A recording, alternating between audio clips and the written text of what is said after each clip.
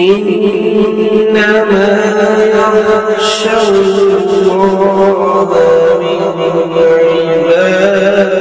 العلماء. پورا قرآن فیہ شفاء للناس ہے.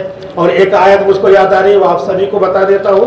وَيَرْزُقْهُ مِنْ حَيْثُ لَا يَحْتَسِبُ وَمَنْ يَتَوَكَّلْ عَلَى اللَّهِ فَهُوَ حَسْبُهُ إِنَّ اللَّهَ بَالِغُ أَمْرِهِ قَدْ جَعَلَ اللَّهُ لِكُلِّ شَيْءٍ قَدْرًا. کوئی بڑی سے بڑی مصیبت ہو، اس مصیبت کے وقت یہ آیت پڑھ لینا چاہیے. سورہ طلاق میں ہے 28ویں پارے میں یہ آیت کہ جب بھی کوئی مصیبت ہو قرآن شریف کھول کر کے آیت پڑھ لے، لکھ کر کے رکھ لے، یاد کر لے. لیکن بے وضو نہیں رکھ سکتے اس کو، اس وجہ سے اس کو یاد کر لے. اور جب بھی مصیبت ہو تو اس کو پڑھنا چاہیے. یہ تین باتیں جس کے اندر ہو اللہ تعالیٰ اس کو بے حساب و کتاب جو ہے جنت میں لے جائیں گے.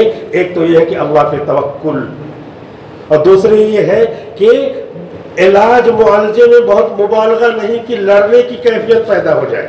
اور تیسرے تعویذ گنڈے، ناجائز تعویذ گنڈے سے پرہیز، کیونکہ تعویذ گنڈا ایسا ہے اس میں کوئی بھی کسی کو دھوکہ دے سکتا ہے. تو 100 میں سے 98 99 تو غلط ہی ہوتے ہیں، ایک آدھ ہی صحیح ہوتے ہیں. اسی لیے بر وقت یہ آیت یاد آئی تو میں نے بتا دیا، قرآن کریم کی آیت ہے، اس کو سبھی پڑھ لیں. جب کوئی مصیبت ہو اس کو پڑھتے رہیں اور یاد کر لیں.